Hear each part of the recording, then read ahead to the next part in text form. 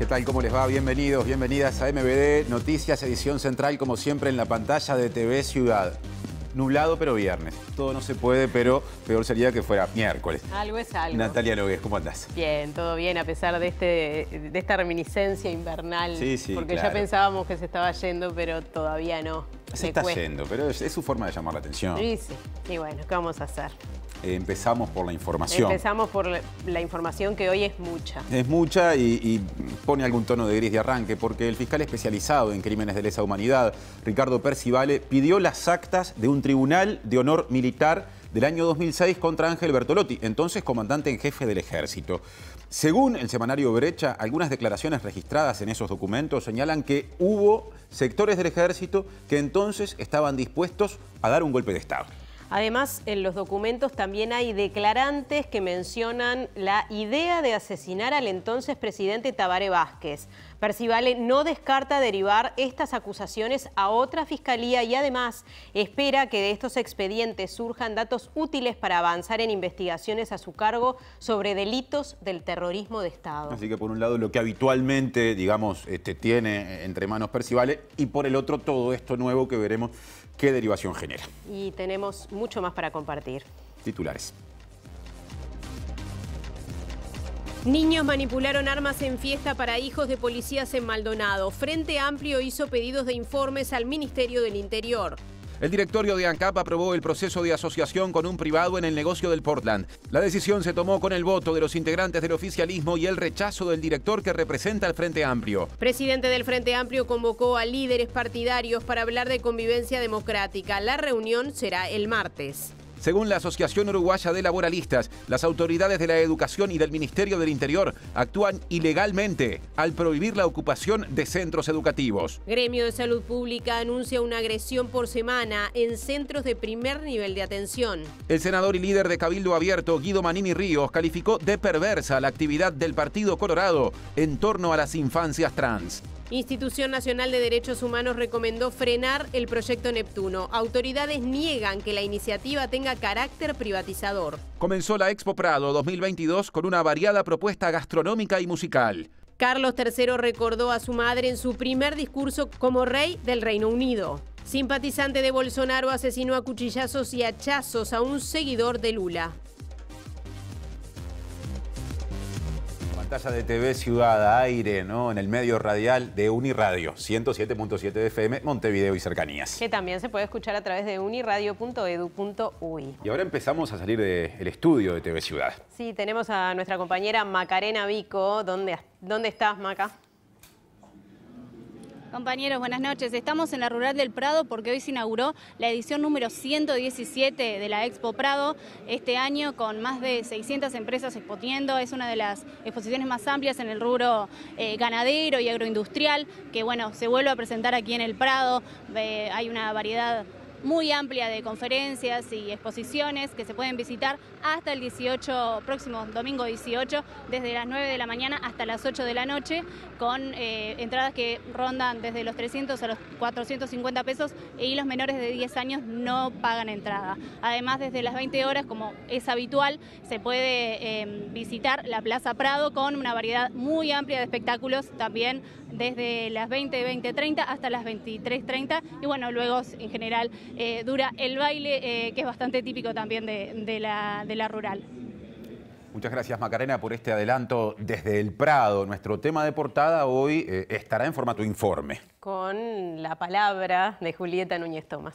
Muchas gracias, compañeros. Así es, uno de los grandes temas del día. Se conoce, se hace pública información de estas actas de un tribunal de honor de comienzos, en realidad, de la era progresista, el primer gobierno de Tabaré Vázquez. Hay mucha información y que repercute en varias dimensiones de la política, de la memoria y de la justicia. Vamos a estar conociendo un poco más qué es lo que contienen estas actas. De ya adelanto que la información es bastante importante, bastante sensible para la realidad de nuestro país, y también vamos a estar compartiendo las palabras de Javier García, el ministro de Defensa, y comentando qué es lo que va a suceder con esta información dentro de Fiscalía. Así que en unos minutitos, ahora sí, en unos minutitos nada más, vamos a estar con esto.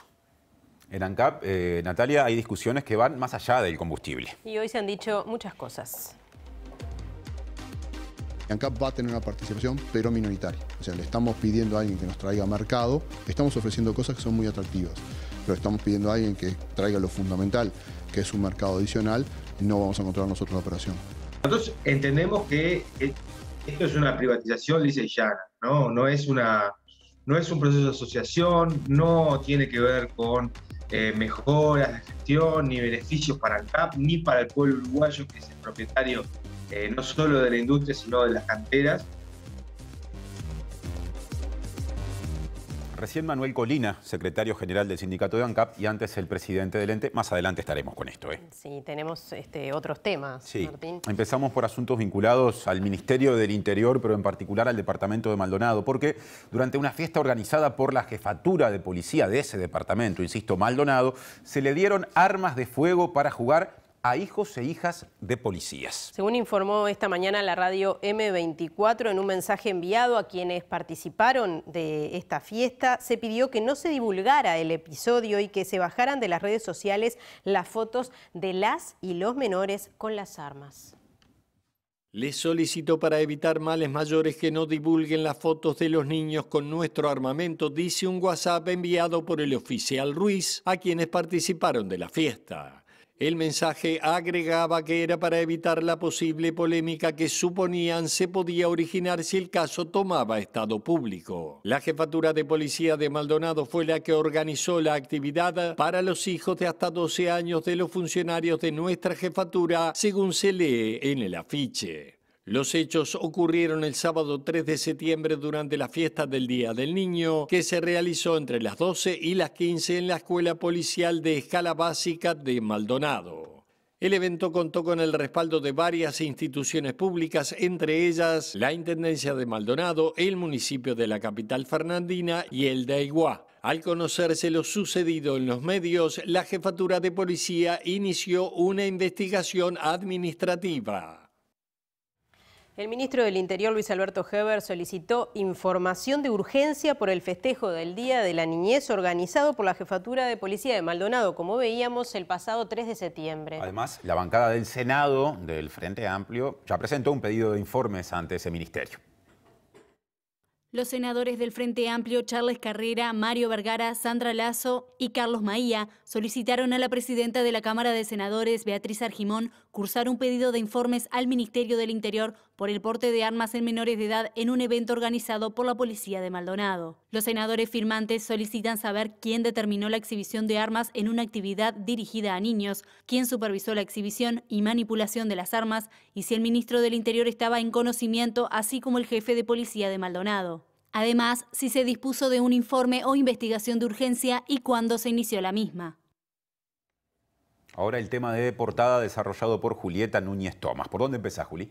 Bueno, haciendo un poquito de historia para entender de dónde provienen estas actas de las que ahora se está hablando muchísimo. Como decíamos hace unos minutos, nada más durante los primeros meses del primer gobierno de Tabaré Vázquez, allí por 2005-2006, lo que sucedió es que el presidente había expresado en ese momento la intención de cambiar la política vinculada a derechos humanos y a pasado reciente. Y eso generó varias repercusiones dentro de las Fuerzas Armadas que reaccionaron de diversas maneras. Esos meses muy turbulentos, muy escandalosos, tanto dentro como fuera, y en el vínculo entre el Poder Ejecutivo y el Ejército Nacional, culminaron con un tribunal de honor, que es, como saben, la forma que tienen a la interna del Ejército Nacional, de las Fuerzas Armadas, de juzgar a sus propias integrantes. Ellos hacen un tribunal que evalúa determinadas actitudes. En este caso, este tribunal se convocó por las actitudes del ex comandante en jefe del Ejército, Argel Bertolotti,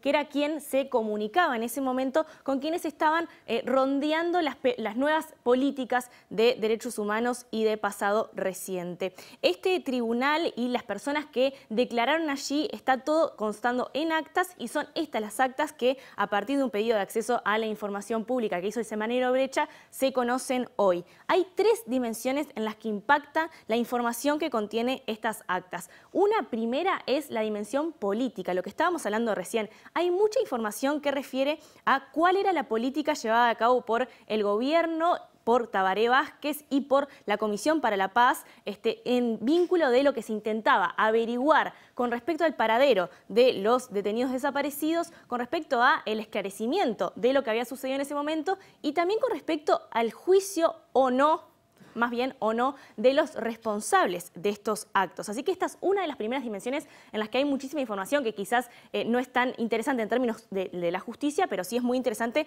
en términos de información pública. Otra de las cuestiones que son muy interesantes es justamente esta otra parte de lo que estábamos comentando, de lo que sucedió a la interna de las Fuerzas Armadas, y se adelantaba un poco allí en titulares y al comienzo del informativo. Intento de secuestro a un integrante de las Fuerzas Armadas, también intentos de atentados o denuncias de planificaciones de atentados contra el presidente de la República en ese entonces, Tabaré Vázquez, y también, bueno, cuestiones vinculadas a un latente golpe de Estado, diciendo en palabras de personas que declararon en ese Tribunal de Honor. Para conocer un poco más qué es lo que tienen estas actas y cuáles son los actores que entran en juego cuando hablamos de esto, vamos a escuchar las palabras del periodista de aquí de la casa, Mauricio Pérez, explicando qué contienen estas actas. El pedido de detención de 6 militares en el marco de un proceso judicial de extradición hacia Argentina en 2006 derivó en un tribunal de honor contra el comandante en jefe Ángel Bertolotti. Como resultado, el tribunal se propuso sancionar a Bertolotti por falta grave pero sin prohibición de usar el uniforme. Sin embargo, el Ministerio de Defensa decidió no homologar el fallo en señal de respaldo al excomandante. Las actas de ese Tribunal de Honor publicadas por el semanario Brecha revelan las tensiones a la interna militar durante el primer gobierno del Frente Amplio y el cambio en la política sobre los crímenes de la dictadura. Las actas revelan las negociaciones entre el gobierno y la cúpula militar de la época en procura de información sobre los desaparecidos, en particular el hallazgo de los restos de María Claudia García de Hellman y la verdad sobre el crimen de Michelini y Gutiérrez Ruiz. Esto incluyó reuniones entre Bertolotti y la Junta de Oficiales Generales, así como del secretario de la Presidencia, Gonzalo Fernández, con oficiales en actividad y retiro. También Bertolotti se reunió con los oficiales involucrados en crímenes de lesa humanidad. El tribunal incluyó la declaración de varios miembros de la cúpula del ejército, como los generales Juan Córdoba y Ricardo Galarza y el coronel Santiago Pomoli. En su declaración, Pomoli se refirió a un supuesto plan para secuestrar al mayor Ricardo Araba con la anuencia de Bertolotti. También a supuestas tareas de vigilancia sobre oficiales retirados para detenerlos, así como el montaje de tareas de inteligencia sobre la chácara propiedad del general Raúl Villar. En ese lugar, según la versión de un militar, se estaba planificando atentar contra la vida del señor presidente Tabaré Vázquez. A su vez, las actas recogen una conversación entre Córdoba y Gonzalo Fernández, donde el jerarca explicaba que la detención de los militares se debía a una orden judicial. En esa instancia, Córdoba le dijo: "Nosotros no queríamos, yo personalmente no quería un golpe de Estado", sugiriendo que era un peligro latente.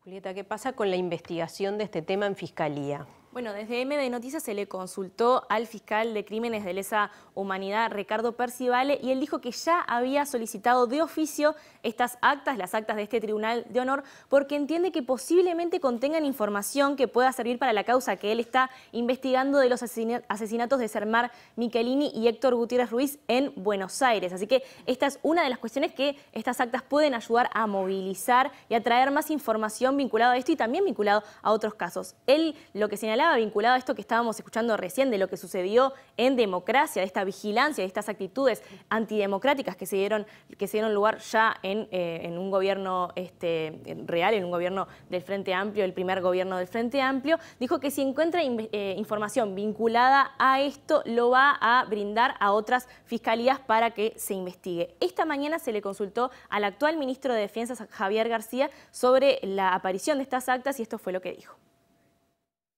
Informó esta mañana sobre una crisis militar importante que se generó en 2005, ni bien asumió el presidente Tabaré Vázquez, con incluso planes de secuestro por parte de los militares y hasta un plan para matar al presidente en ese entonces.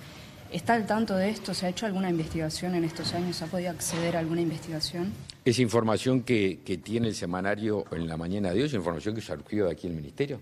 Fue seguramente tuvimos 2 o 3 pedidos de acceso a la información de ese Tribunal de Honor y los entregamos inmediatamente. Y hoy estamos entregando solicitud del fiscal Perciabale, estamos entregando ese Tribunal de Honor, remitiéndolo, lo estamos analizando jurídicamente y enviándolo. El presidente del Frente Amplio, Fernando Pereira, convocó a los líderes de todos los partidos políticos a un ámbito en el cual se discutirán temas importantes del futuro del país. Como la ley de financiación de las campañas políticas, el fortalecimiento de la JUTEP, 2 temas fundamentales de los que se plantean. Según el dirigente, también se pretende dar una señal de convivencia democrática.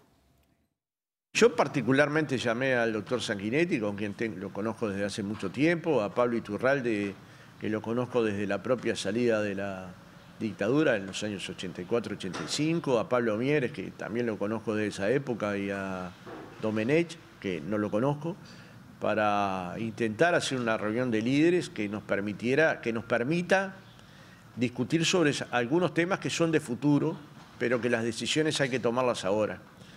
En Uruguay no hay hasta ahora financiamiento del narcotráfico a la política. No hay, desde nuestro punto de vista, no hay financiamiento espurio de la actividad política, pero hay que evitarlo. No tenemos que discutirlo cuando haya, tenemos que discutirlo cuando no hay. El caso Marcet, en cierta medida, colocó un tema, que no lo colocamos nosotros, lo colocó el ministro Javier García, que dice, bueno, este tema tal vez sirva para evitar que organizaciones vinculadas al narcotráfico terminen interfiriendo en la vida de los partidos políticos. No se olviden que son muy poderosas desde el punto de vista económico. Bueno, ¿cuáles son las soluciones para que estas cosas no sucedan? Bueno, pensemos en una ley de financiamiento de los partidos políticos, pública, de carácter pública. Pensemos en cómo se fortalece la JUTEP realmente. No puede funcionar con unos poquitos funcionarios que apenas sobrepasan los dedos de una mano. Pensemos cuáles son efectivamente las políticas que protegen a los partidos de la posibilidad de... Y por otro lado, demos una señal de convivencia democrática. Por momentos los ánimos se crispan. Nosotros nos hemos sentido ofendidos por intervenciones de algunos senadores, particularmente en el caso Marcet, donde se planteó que varios de nuestros partidos, en particularmente el Partido Comunista del Uruguay, el MLN, eran financiados por los narcos, ¿no? Acusaciones de este tipo, sin pruebas, ¿pueden acaso ayudar a la convivencia? Bueno, el directorio de ANCAP aprobó el inicio de una nueva etapa del proceso de asociación del sector Portland con un privado. Sí, habló de este tema el presidente de ANCAP, estamos hablando de Alejandro Stipanisic, que dijo que el sector Portland perdió 11 millones de dólares en el primer semestre del año y que también dijo que en el futuro esquema el ente, la empresa pública, tendrá una participación minoritaria. ANCAP tenía 60% del mercado en algún tiempo. Ahora estamos hablando de 34%. Hace 3 años atrás, ANCAP tenía cerca de la mitad del mercado.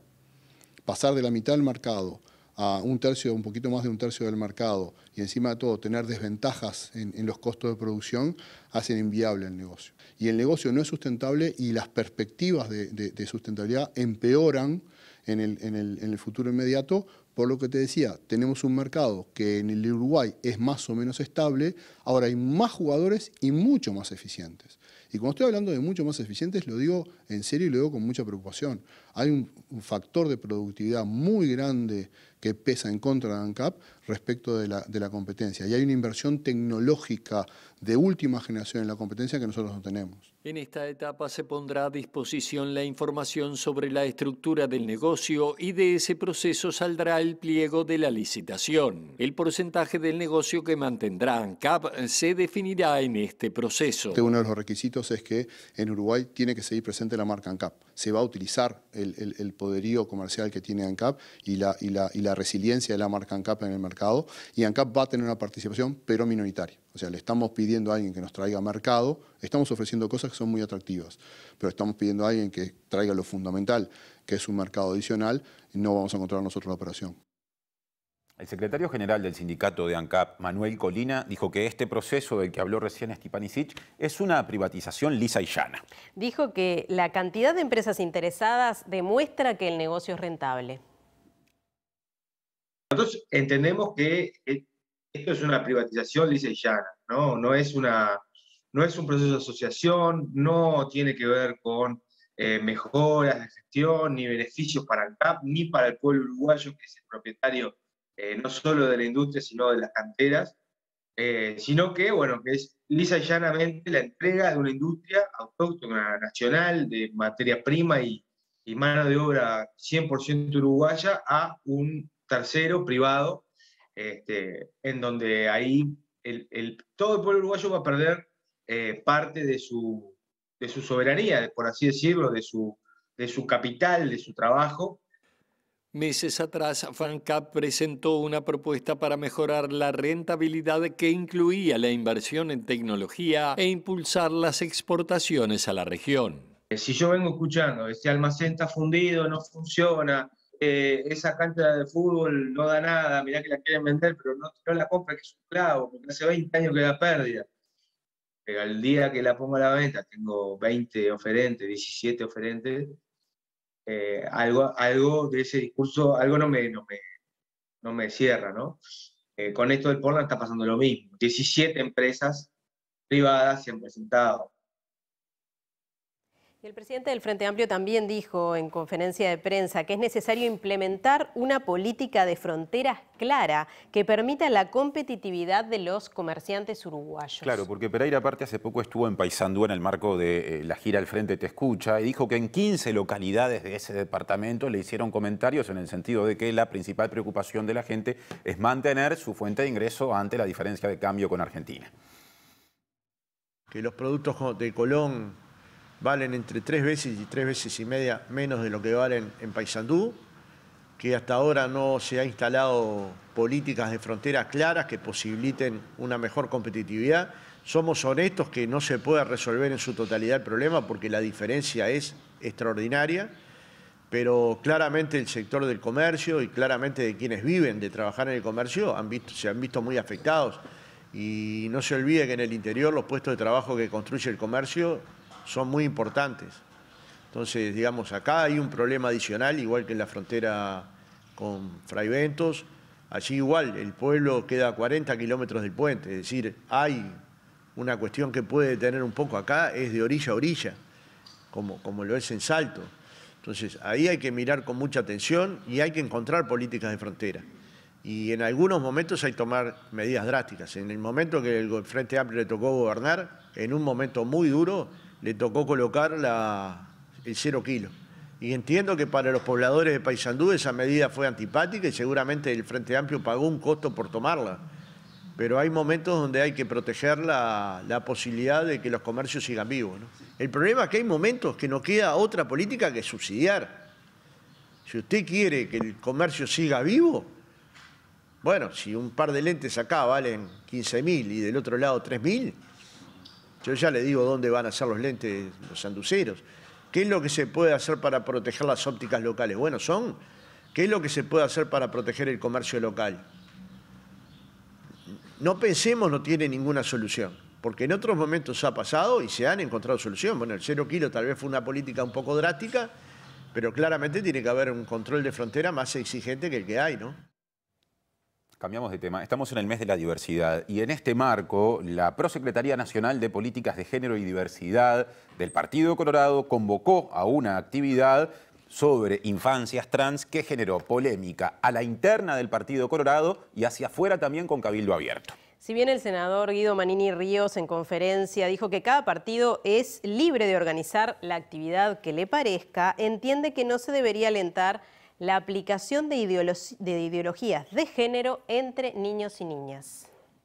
Este jueves tuvo lugar en la sede del Partido Colorado una charla organizada por la colectividad política sobre infancias trans, en la que participaron el psicólogo Pablo Jiménez, la directora de Derechos Humanos de la Administración Nacional de Educación Pública, Gloria Canclini, e integrantes del colectivo Trans Boys Uruguay. La convocatoria generó rápidamente una serie de cuestionamientos, entre los que estuvieron presentes la de algunos representantes de Cabildo Abierto. Manini Ríos en conferencia de prensa se refirió al tema. La aplicación que se hace de la ideología de género con los niños encierra cierta perversidad, que eso no se debería alentar ni llevar adelante. Enseñanzas que a veces se les da a los niños menores de 7 años, a los que se les enseña cosas en una dirección determinada que yo creo que no es la apropiada en niños. Creo que el término que cabe es el que yo apliqué, el de perverso. Otros hablan de degenerado. Son distintos términos que se usan a niños de menos de 8 años, enseñarles que su sexualidad es una construcción social, me parece que no corresponde. Yo no estoy de acuerdo en nada. Otro asunto, la justicia cerró la empresa Transhotel y la agencia de viajes tendrá 10 días para presentar sus descargos. En caso de que no lo haga, se va a ejecutar la garantía. El ministro de Turismo, Tabaré Viera, dijo que hay al menos 430 denuncias presentadas y que lo que se dispone para justamente cubrir esa garantía es un monto menor. La situación de Transhotel es una empresa que el Ministerio, ha recibido ya 430 denuncias y todavía tiene otras para procesar y en ese sentido, tras hacer inspecciones respectivas, convocar a la dirección de la empresa que se presentó, procedió a la clausura preventiva. Hoy ese es un trámite que está en la justicia y será el juez el que dictamine, digamos, el procedimiento a seguir, si mantiene o no la clausura, o sea, si se procede a la clausura definitiva y a accionar la garantía que estaba en regla. Era una empresa con 30 años de antigüedad que estaba en regla, que estaba inscrita. Estamos en el proceso y accionando la garantía. La garantía, todo parece mostrar que no va a ser suficiente para cubrir, lamentablemente, pero bueno, va a cubrir en parte porque se distribuirá prorrateando esa cantidad.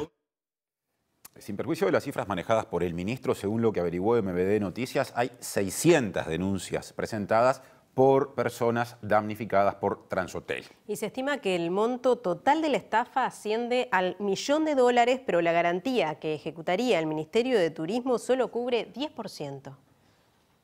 Si vamos a contar en persona, no sé, deben haber arriba de 800, 900 personas, si no hay más. Viajes a Qatar, viajes a España.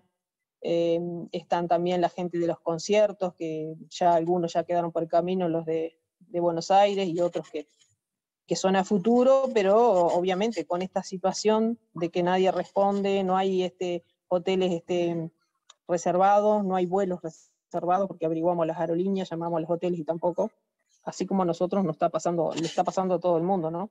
Nosotros estimamos arriba del $1.200.000, $1.300.000. En el total de los paquetes. Pero también te digo que sigue entrando gente al grupo, gente que se está enterando. Hoy estrenamos un ciclo nuevo dentro de MBD Noticias, edición central. En adelante todas las semanas tendremos un informe ambiental. Sí, que va a estar a cargo de nuestra compañera Mariana Abreu y que hoy empieza a contarnos un poco de este proyecto Neptuno, del que tanto se habla en este tiempo. Implica privatización del agua. ¿Cómo es, Mariana? Contanos. Buenas noches, compañeros. Un gusto estar hablando de este proyecto, el proyecto Neptuno, que, como vos decías, Nati, tiene como varias interrogantes y varios ejes de discusión. Uno es el tema de la privatización.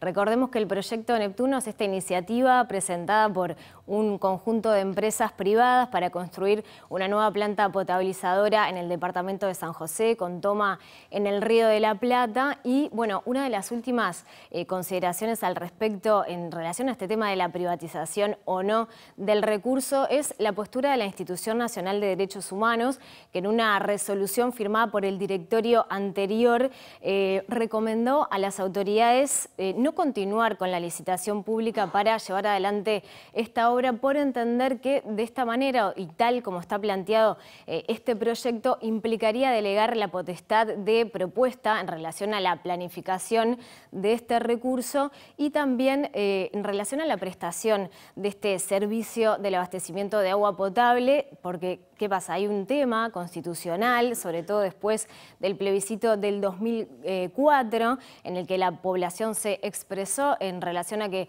el abastecimiento del agua potable sea brindado por el Estado. Además, la Constitución también consagra el derecho al saneamiento y al agua potable como un derecho fundamental y humano, y también determina la participación de la sociedad civil en lo que es la planificación de este recurso, el control y la gestión. Para las autoridades, este proyecto no implica la privatización. Esto lo han mencionado diferentes miembros oficialistas, el Ministerio de Ambiente, el presidente de OCE también. Sin embargo, para las organizaciones sociales, algunas están reunidas en la Comisión Nacional en Defensa del Agua y la Vía, justamente esta comisión que lleva adelante el plebiscito del 2004, sí hay un componente de privatización de este recurso. Para ir desmenuzando un poquito este tema, vamos a escuchar a Federico Kreimerman, quien es presidente de FOSE, de la Federación de Funcionarios de OCE, que es una de las organizaciones que integra la comisión. Cualquier obra de infraestructura del tamaño que implica el proyecto Neptuno, ¿no? El volumen de agua y de la modificación del ecosistema que eso va a traer, tiene que ser parte de una planificación de largo plazo, de una política nacional de aguas, no solamente tengo una iniciativa y nada más, tiene que provenir de una necesidad justificada, además de la sociedad.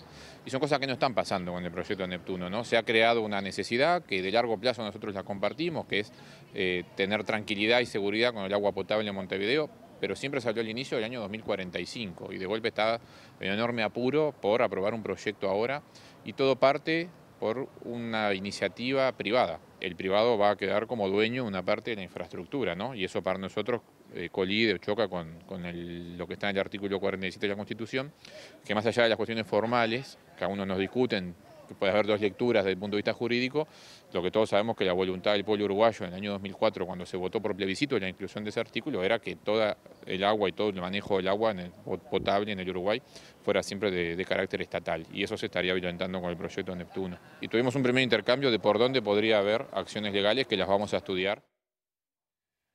¿Y cuál va a ser el modelo de gestión de esta nueva planta que se ubicaría en la orilla del Río de la Plata, departamento de San José? Ahí va. Sí, todavía está por definirse, por lo menos definitivamente. Han trascendido algunas cuestiones, se manejaron diferentes opciones desde el comienzo, pero según un documento al que accedimos, un documento presentado por el consorcio de empresas al directorio de OCE el mes pasado, ya se está hablando de que la operación estaría en manos de OCE, no así el mantenimiento de la planta y ni que hablar la construcción, que también va a estar a cargo de privados. Sin embargo, las organizaciones que, como ahí veíamos en este tape, ya están estudiando o evaluando la posibilidad de tomar acciones legales en contacto con la Clínica de Litigio Estratégico de la Facultad de Derecho de la Universidad de la República, que el mantenimiento tenga o sea parte fundamental de este proceso y que esté llevado adelante por privados. Bueno, también hablaría de que las empresas tienen control sobre una parte fundamental de este proceso. Hay otras visiones también al respecto. Bueno, no mencionamos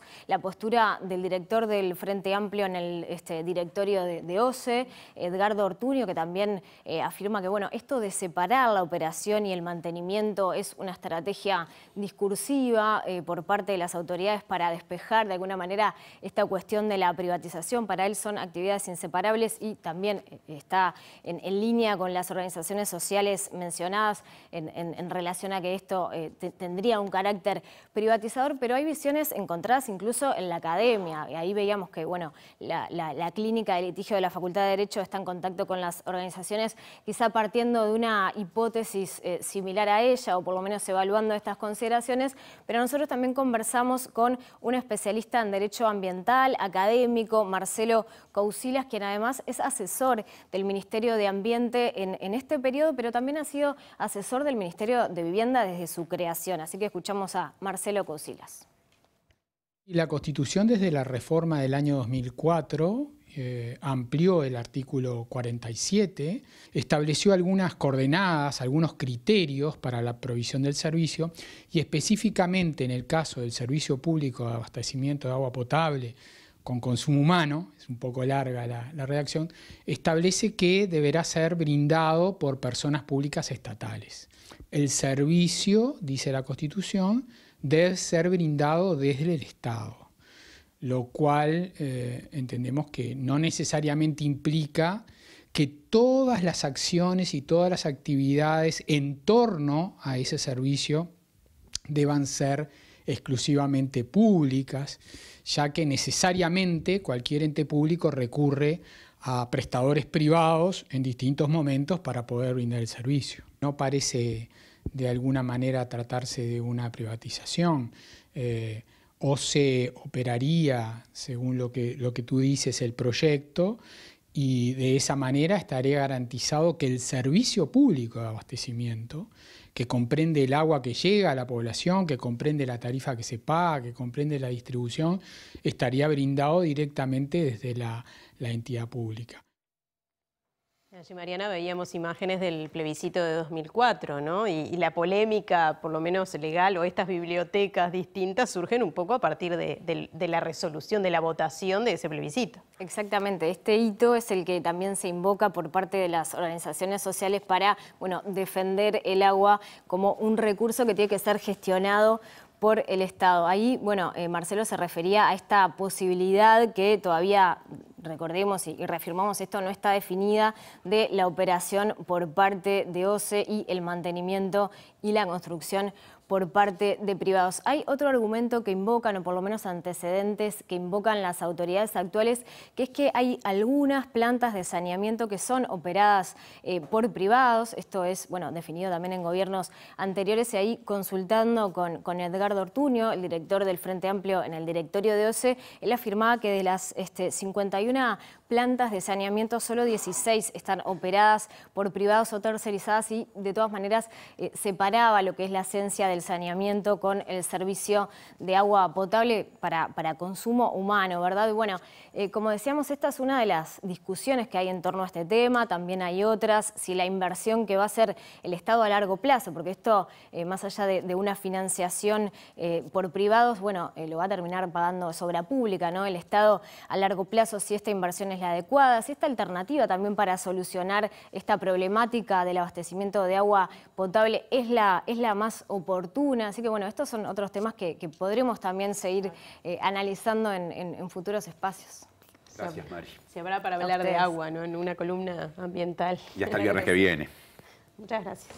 Ahora cambiamos de tema, pasamos a un asunto vinculado a la seguridad, pero también a la salud, porque ocurre que ayer un policía fue rapiñado en una policlínica de ACE, la policlínica Helios Artú, que está ubicada en la zona de Conciliación, bien cerca de Sayago también.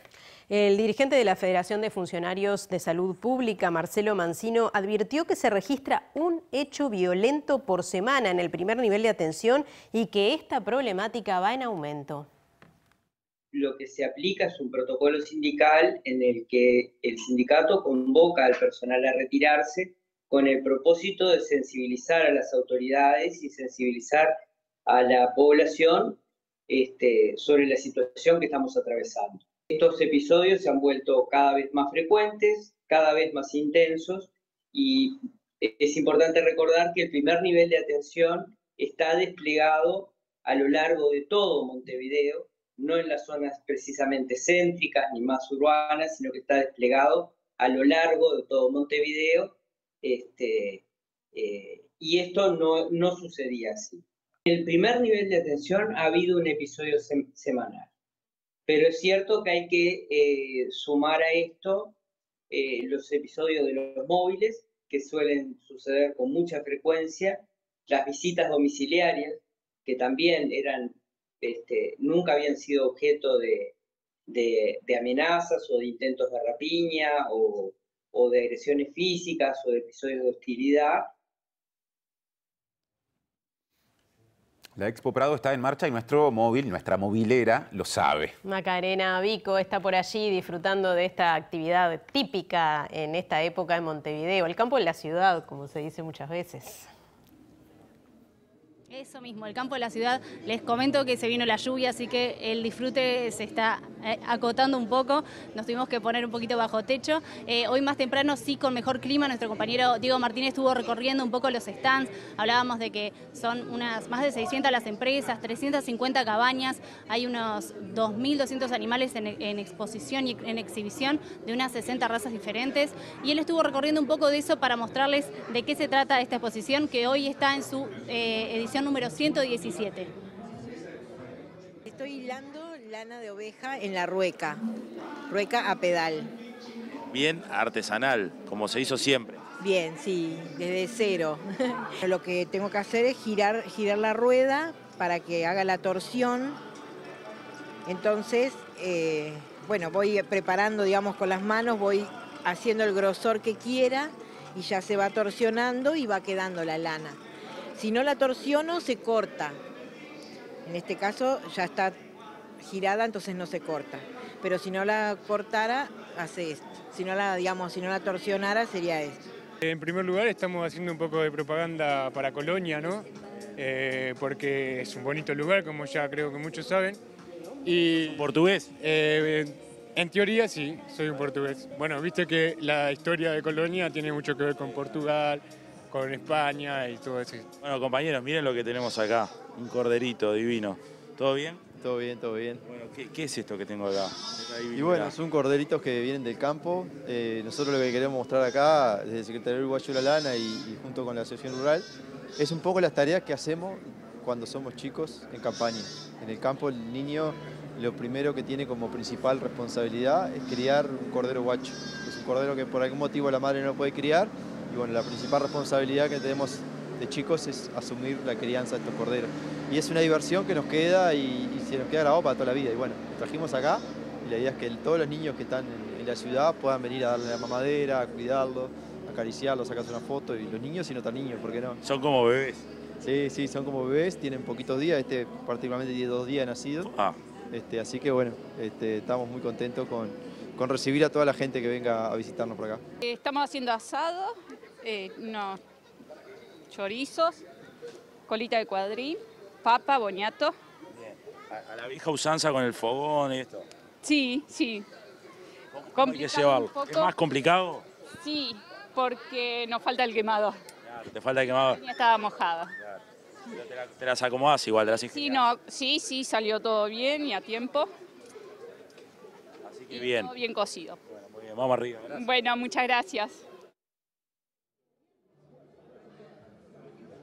Bueno, compañeros, eso en un tono de la exposición también se inauguró ahora, hace unos minutos, el stand del Ministerio de Turismo. Ahí están de todos los ministerios y de diferentes rubros. Y en ese marco estuvo el secretario de Presidencia, Álvaro Delgado, a quien consultamos sobre la polémica modificación del decreto de 2019 del entonces presidente Tabaré Vázquez sobre el etiquetado de cajas de cigarrillos, donde se prohíben logos y marcas y además se prohíbe el patrocinio por parte de cualquier tipo de patrocinio de parte de las empresas tabacaleras.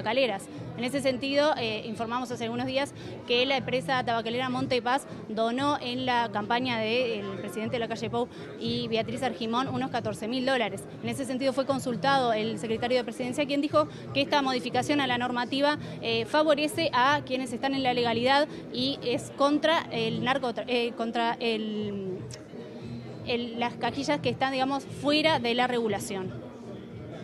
Y tenemos un problema importante, que es el otro tema que tenemos que trabajar con el tema del contrabando de cigarrillos, sin ningún control de los procesos de producción. Y bueno, en ese sentido es por lo menos una señal para tratar de hacerlo más competitivo, sobre todo con el contrabando. ¿No echa por atrás otras políticas anteriores?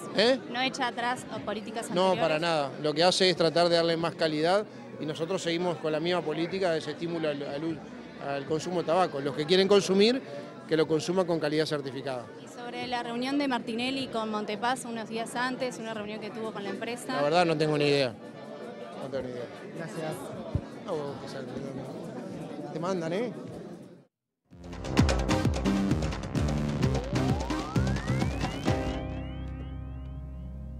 El capítulo internacional y naturalmente lo hacemos con la noticia del momento, que son los días, las horas después de la muerte de la reina Isabel II. Porque hoy el nuevo rey Carlos III llegó al Palacio de Buckingham y no solamente estuvo allí en contacto con la gente que se acercó para brindarle su saludo, sino que pronunció su primer discurso donde elogió el rol que ha tenido su madre al frente de la corona británica. Tal vez no tengan la misma imagen aquellos que sufrieron las colonias británicas, la descolonización, la sangre que dejó en todo el mundo y el rol que cumplió Gran Bretaña durante tanto tiempo como uno de los imperios más grandes del mundo. El rey Carlos III mostró este viernes una imagen de cercanía y amabilidad al dar la mano y saludar personalmente a los cientos de admiradores que esperaban su llegada desde Escocia a las puertas del palacio londinense de Buckingham. Vestido de traje oscuro, el primogénito de Isabel II y el príncipe Felipe intercambiaron palabras con la multitud que le sonreía con afecto y en algún momento se entonaron los primeros versos del himno nacional que ha cambiado el vocablo reina por el de rey al implorar God Save the King. Me dirijo hoy a ustedes con sentimientos de profunda tristeza. A lo largo de su vida, Su Majestad, mi amada madre, fue una inspiración y un ejemplo para mí y mi familia, y tenemos una sentida deuda con ella, la mayor que una familia podría llegar a tener por su amor, cariño, guía y ejemplo, comenzó diciendo el rey, destacando que la de la reina Isabel II fue una vida bien vivida, una promesa con el destino cumplida, y lamentó profundamente su pérdida. Junto al duelo personal que siente toda mi familia, también compartimos con tantos de ustedes en Reino Unido, en todos los países en los que la reina fue jefa de Estado, en la Mancomunidad de Naciones y alrededor del mundo, un profundo agradecimiento por más de 70 años en los que mi madre como reina sirvió a los pueblos de tantos países. El nuevo rey sostuvo, entre otras consideraciones, que a través de los cambios y los desafíos, la nación y la gran familia de reinos, de cuyos talentos, tradiciones y logros está inefablemente orgulloso, han prosperado y florecido. Nuestros valores han permanecido y seguirán permaneciendo constantes, sostuvo Carlos III. Veremos cuáles son esos valores que va a mantener el nuevo rey del Reino Unido. Lo cierto es que los funerales de Isabel van a durar muchísimos días, por lo menos unos 12 días. Está previsto que sea el 17 de septiembre la última etapa y cuando se produzca precisamente el funeral, la última etapa del funeral. Vamos a repasar cómo va a ser todo este proceso que va a llevar el cuerpo de la reina desde Edimburgo hasta Londres con estas ceremonias protocolares y muy reales en pleno siglo XXI. El féretro de la reina será trasladado del Balmoral al Palacio de Holyrood House en Edimburgo, residencia oficial de los monarcas británicos en Escocia, en los próximos días, y de allí será llevado en procesión a la Catedral de San Egidio, donde descansará y se permitirá al público verlo antes de ser transportado a Londres. Ya en la capital del país, la reina será velada en el Gran Salón de Westminster, la parte más antigua del palacio, durante 4 días antes de su funeral, lo que permitirá que el público le exprese sus respetos. El ataúd de la reina descansará sobre una plataforma elevada conocida como catafalco, bajo el techo de madera medieval del salón del siglo XI, que en cada esquina de la plataforma tendrá la guardia de soldados de unidades que sirven a la Casa Real. Luego será trasladada al Salón de Westminster desde el Palacio de Buckingham en una lenta procesión, acompañada por un desfile militar y miembros de la familia real, que podrá ser vista por el público y es probable que se instalen pantallas gigantes para transmitirla en los parques reales de Londres. Se espera que el funeral se realice en menos de 2 semanas en la abadía de Westminster, la histórica iglesia en la que se coronan los reyes y reinas y donde tuvo lugar la coronación de la propia Isabel II en 1953 y fue donde la entonces princesa se casó con el príncipe Felipe en 1947. Tras el funeral, el féretro será llevado en una procesión a pie desde la abadía al Arco de Wellington en Hyde Park Corner y será llevado a la capilla de San Jorge en el castillo de Windsor, donde descansarán sus restos. Pasamos ahora a otros temas más reales que tienen que ver con nuestra región, particularmente con Brasil, donde los hijos del expresidente Lula da Silva plantearon una demanda en San Pablo, precisamente ante el Tribunal Penal Especial de esa ciudad, vinculada a expresiones que tuvo el candidato del PDT, Ciro Gómez, en las últimas horas, donde acusó a uno de los hijos de Lula de ladrón. Por otra parte, la violencia política parece ir ganando terreno en Brasil porque hoy fue asesinado otro militante del PT luego de sostener una pelea en el estado de Mato Grosso con un partidario de Bolsonaro. Fue apuñalado, intentó decapitarlo, así están las cosas en Brasil. La demanda presentada por el abogado de la familia del candidato del PT, Fabio Tofik, pide que Gómez aclare a qué hijo se refirió en el programa Pánico de Joven Pan y por qué, y además solicita que el candidato del PDT responda dentro de las próximas 48 horas. Tofik dijo que si Gómez no pide disculpas por los dichos en el programa y continúa con los ataques, podría enfrentar a una acción penal por delito contra el honor o injuria, tras afirmar que Gómez dijo que Lula tuvo un hijo ladrón, cuando explicaba que la población brasileña ya no aguantaba más la impunidad. El documento presentado este jueves ante la justicia señala que el candidato del PDT no puede actuar como si su pretensión electoral le confiriera impunidad penal, permitiéndose ofender a todos y a todo como si no tuviera filtro mental. En otro orden, un nuevo hecho de violencia política sacude la campaña electoral luego de que un simpatizante del presidente Bolsonaro fuera detenido por el asesinato de un militante del candidato Lula da Silva en el estado de Mato Grosso tras una discusión política. Rafael Silva de Oliveira, de 24 años, confesó a la policía haber asesinado a puñaladas en el rostro a Benedito Cardoso dos Santos, de 44 años, en una zona rural, al que luego intentó decapitar. El caso se suma al crimen cometido el 9 de julio cuando el policía Jorge Guaraño asesinó al tesorero del Partido de los Trabajadores, Marcelo Arruda, en Foz de Iguazú, en el estado de Paraná.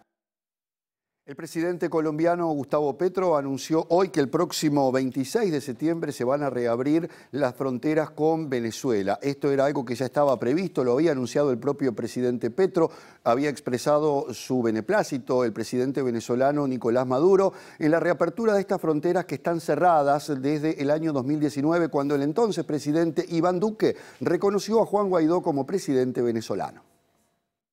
El mandatario colombiano informó la medida a través de redes sociales y señaló que como primer paso se reanudará la conexión aérea y el transporte de carga entre los países, aprovechando el anuncio para reafirmar el compromiso del gobierno colombiano por restablecer las relaciones de hermandad. Las relaciones entre los países vecinos se rompieron en febrero del 2019 por orden del presidente venezolano Nicolás Maduro, luego de que el expresidente de Colombia, Iván Duque, dijera que apoyaba al líder opositor Juan Guaidó. 3 días después de ganar las elecciones en junio, Gustavo Petro se comunicó con el gobierno venezolano para abrir las fronteras y restablecer el pleno ejercicio de los derechos humanos en las zonas lindantes, y el presidente venezolano afirmó su disposición de reconstruir las relaciones de hermandad y cooperación entre ambos países, al tiempo que le propuso al mandatario colombiano la creación de una gran zona económica productiva binacional en la frontera. El comercio entre Colombia y Venezuela superó los $7.000 millones en 2008, pero se fue reduciendo en los años siguientes, afectado por las tensiones políticas, y Colombia estima que en 2021 el intercambio comercial fue de unos $316 millones. Además del anuncio de reapertura de fronteras,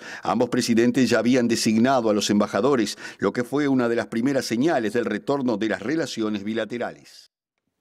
Y hasta aquí nuestro primer bloque. Pero ya volvemos con más información.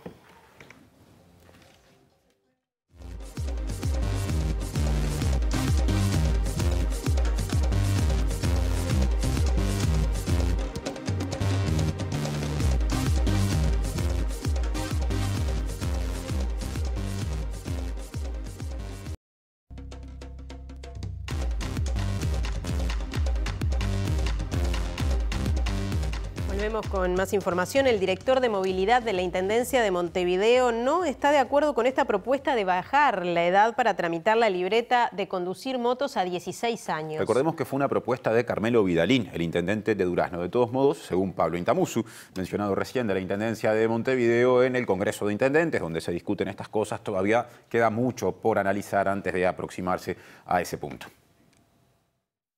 La posición de Montevideo es: estamos abiertos a discutir porque no hay nada que esté escrito en piedra, la humanidad evoluciona, estamos siempre abiertos a los cambios. Lo que sí queremos hacerlo, y lo estamos haciendo así, es con mucha seriedad, consultando a los expertos, consultando a los profesionales, consultando a la academia, consultando a las cátedras que hay que consultar para tomar una decisión de ese tipo. La propuesta del intendente Vidalín es bajar edades de conducir en algunas de las categorías. Nosotros, en principio, algunas de ellas estamos dispuestos a analizarlas. No estamos de acuerdo en las condiciones actuales, ¿no?, en modificar la edad para conducir motocicletas, porque estamos en una situación en donde la motocicleta es uno de los principales factores de riesgo hoy en nuestro tránsito, el principal vehículo involucrado en muertes. Son jóvenes personas jóvenes que mueren en el tránsito en las motocicletas. Intamuso entiende que otra de las condiciones para algunos de los cambios son los niveles de calidad de los vehículos, además de analizar lo que pasa en el mundo respecto a la baja de la edad, donde en general se da con gradualidad. También se refirió a los trascendidos sobre la responsabilidad de los padres y madres de menores que tramiten la libreta. Un acuerdo en el Congreso Intendente no puede estar resolviendo un tema jurídico al nivel de que se planteaba en una versión de prensa de que, bueno, qué iba a pasar, quién iba a ser el responsable, si el padre o la persona menor, cuando haya no solamente siniestros, sino daños que se puedan causar a otras personas, etcétera, etcétera. Es una discusión académica, jurídica, que también se tiene que recorrer en paralelo con el resto.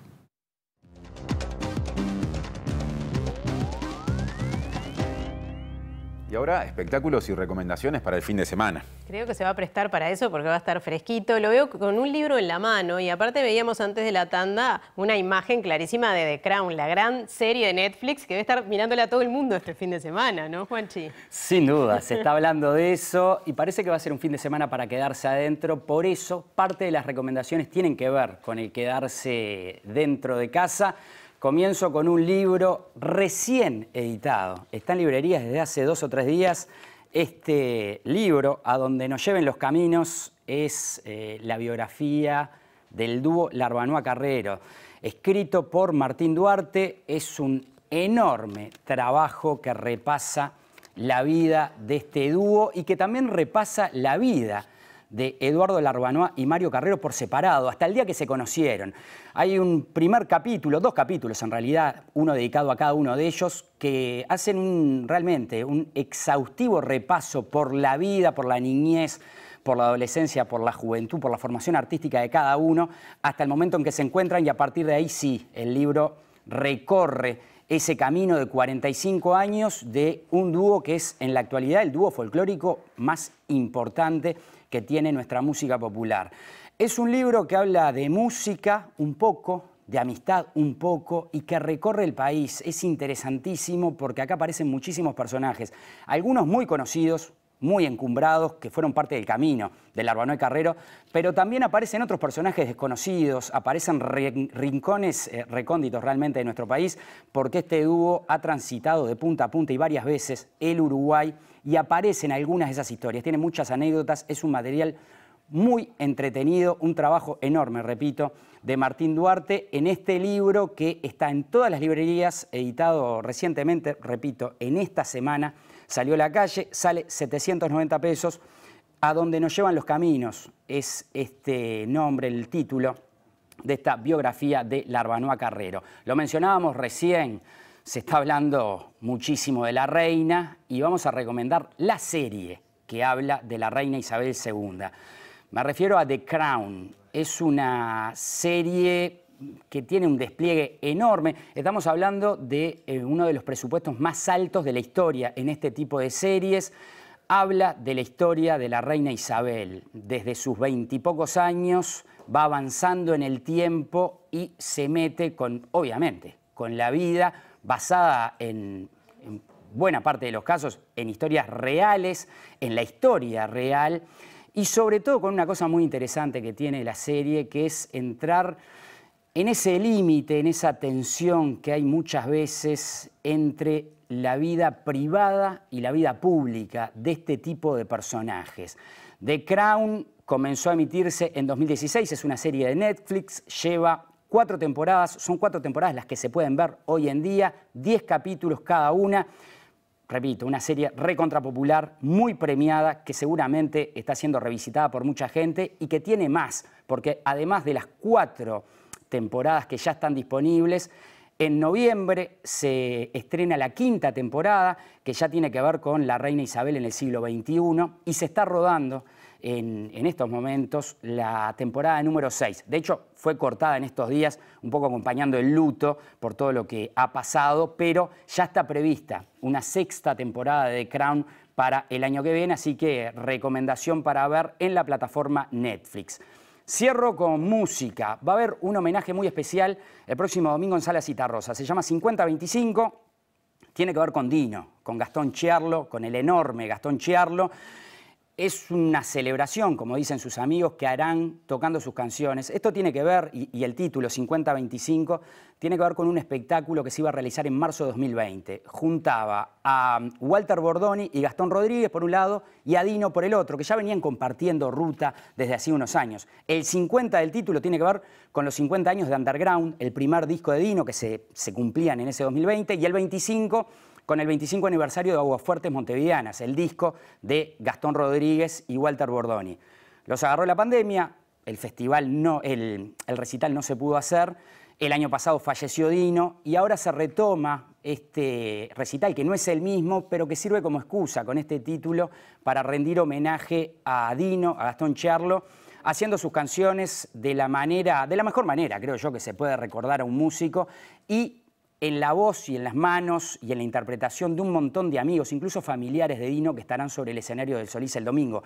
Les cuento algunos de los artistas que estarán tomando parte de este recital: Walter Bordoni, Gastón Rodríguez, Tabaré Rivero, Vera Cienra, Alejandro Ferradas, Garo Araquelián, Jorge Nasser y Hugo Trova, entre muchos otros. Repito, es una celebración, así lo toman. Se escuchará a Dino sin que esté Dino, lo cual me parece una cosa maravillosa. Será el domingo a las 20:30 en el Teatro Solís. Las entradas ya están a la venta a través de Ticantel y en la boletería del teatro. Van desde 500 a 1.200 pesos. Y para seguir recordando a Dino, o para empezar en esta previa a seguir con Dino, porque a Dino no hay que olvidarlo nunca, compartimos con ustedes un fragmento de este Vientos del Sur en compañía de Walter Bordoni y Gastón Rodríguez. Vientos del sur, recuerdo aquellos días en que mi vida no iba tan mal. Noches de vino sin melancolía, vientos del sur, se acerca el final. No dejes que los recuerdos me ahoguen, no quiero ser víctima ni llorar. Vientos del sur sobre mis dolores, vientos del sur no me hagan pensar. La columna de Juanchi Castel empezó con la recomendación de un libro. Bueno, un libro escrito por nuestro compañero Martín Duarte. A donde nos lleven los caminos este libro, en homenaje de alguna manera a la trayectoria tremenda de Larbanoa Carrero, y escrita por nuestro compañero, ¿no? De todos los días. Lo ven en los móviles, lo ven acá en el estudio, y también escribe libros, porque acá la gente es muy completa. Pero sí, en el caso de Martín queda bastante claro. Martín, que aparte también está trabajando en la producción de Lado B, que es lo que viene ahora a la pantalla de TV Ciudad. Bien, y me quedé con Vientos del Sur, ¿no? Y eso nos lleva al pronóstico, porque sí. Vientos, no sé si del sur, pero bastantes vientos hubo en esta jornada. Me parece que sí, que aplica la canción, ¿eh? Aplica la canción del gran Dino. Claro, también. Que siempre da gusto escuchar en sus múltiples versiones. Vamos a pasar justamente a ese pronóstico de Inumet para ver si Montevideo sigue justamente como este viernes o cambia.